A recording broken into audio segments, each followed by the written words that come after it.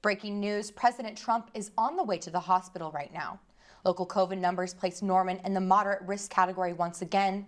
And what could the increase in cases mean for Fall Family Weekend? This is OU Nightly. Hello, thanks for watching OU Nightly. I'm Kayla Davis. And I'm Kayla Davis. We begin tonight with the latest on Ruth Bader Ginsburg. And I'm Kayla Davis. Tonight we begin with another reason the CDC says you should wear a mask. Habitat for Humanity broke ground on a new house they're building in Norman today. And how about this fall weather so far? It's great. I'm not just quite ready to pull out the puffy jackets. The Sooners are coming off a hard-to-watch loss to Kansas State. Can they bounce back in this weekend's matchup against Iowa State? The race to come up with a safe and effective coronavirus vaccine is underway. But the true hurdle could be getting people to get vaccinated. COVID concerns continue to take center stage in Oklahoma. And another day of incredibly high numbers when it comes to COVID cases in Oklahoma. If you're looking to go to law school, OU Law is now one of the top on the list. If you like cheeseburgers, then you should treat yourself to one today because it's National Cheeseburger Day. Yes, the mums are back on the South Oval here at OU.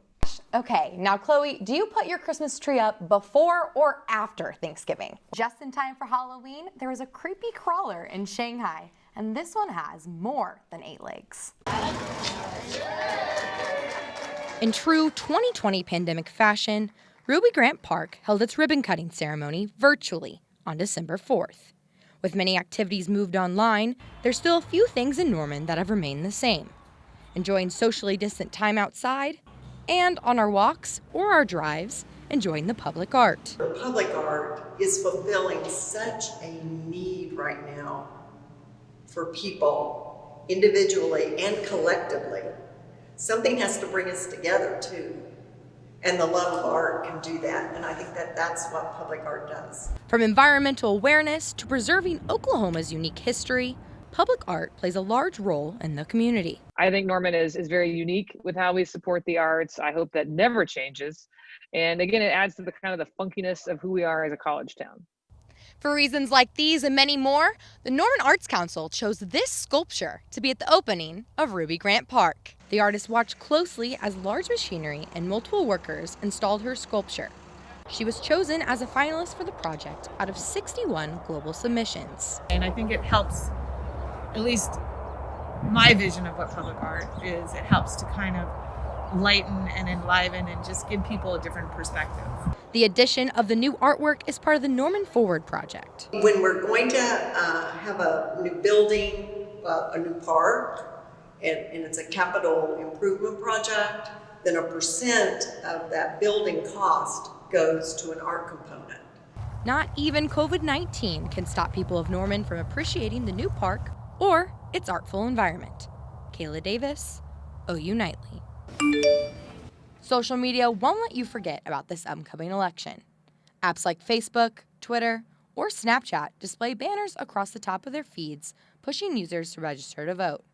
Even online influencers have switched from #selfie to #GoVote in the last few months. Especially on places like Instagram where you have like Kylie Jenner and younger people who have a lot of reach, probably could hype some people up to go vote. But other high-profile celebrities, ranging from Taylor Swift to LeBron James, have become very active in posting about the importance of voting.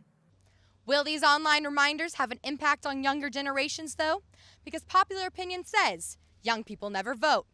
One thing they are known for, though, is being on their phones. In the past, it's been an understood rule to not disclose your ideas about voting, but social media is changing that narrative.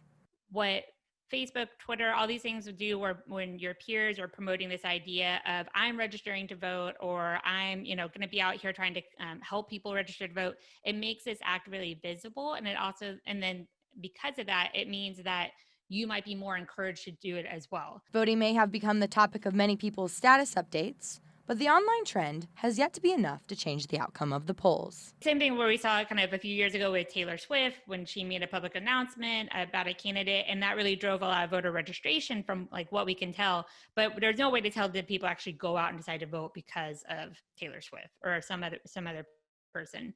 So I think it will motivate a lot of registration.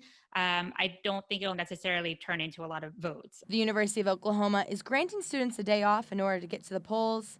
But will they sleep in and binge watch Netflix, or will they take the next step and vote? Kayla Davis, OU Nightly. The coronavirus response package is on its way to the White House, awaiting President Trump's signature. Now, the coronavirus has affected over 75,000 people globally, is keeping Americans from evacuating a cruise ship in Japan. And since the CDC implies that it's not a question of if, but when the coronavirus will spread across the U.S. And the world's oldest man is 112. He says the secret to a long life is to just keep smiling and to never get angry. Let's all smile right now. That Yeah, way we can just get a take couple of more, what, months, days? Exactly. Years? What do you think a smile gets you? You know, for me, every day is Love Your Pet Day, and even science agrees that snuggling your furry friend is beneficial. More on President Trump's impeachment inquiry. President Trump has used the phrases witch hunt and fraud when referencing the impeachment inquiry, but today marks the first use of the term lynching.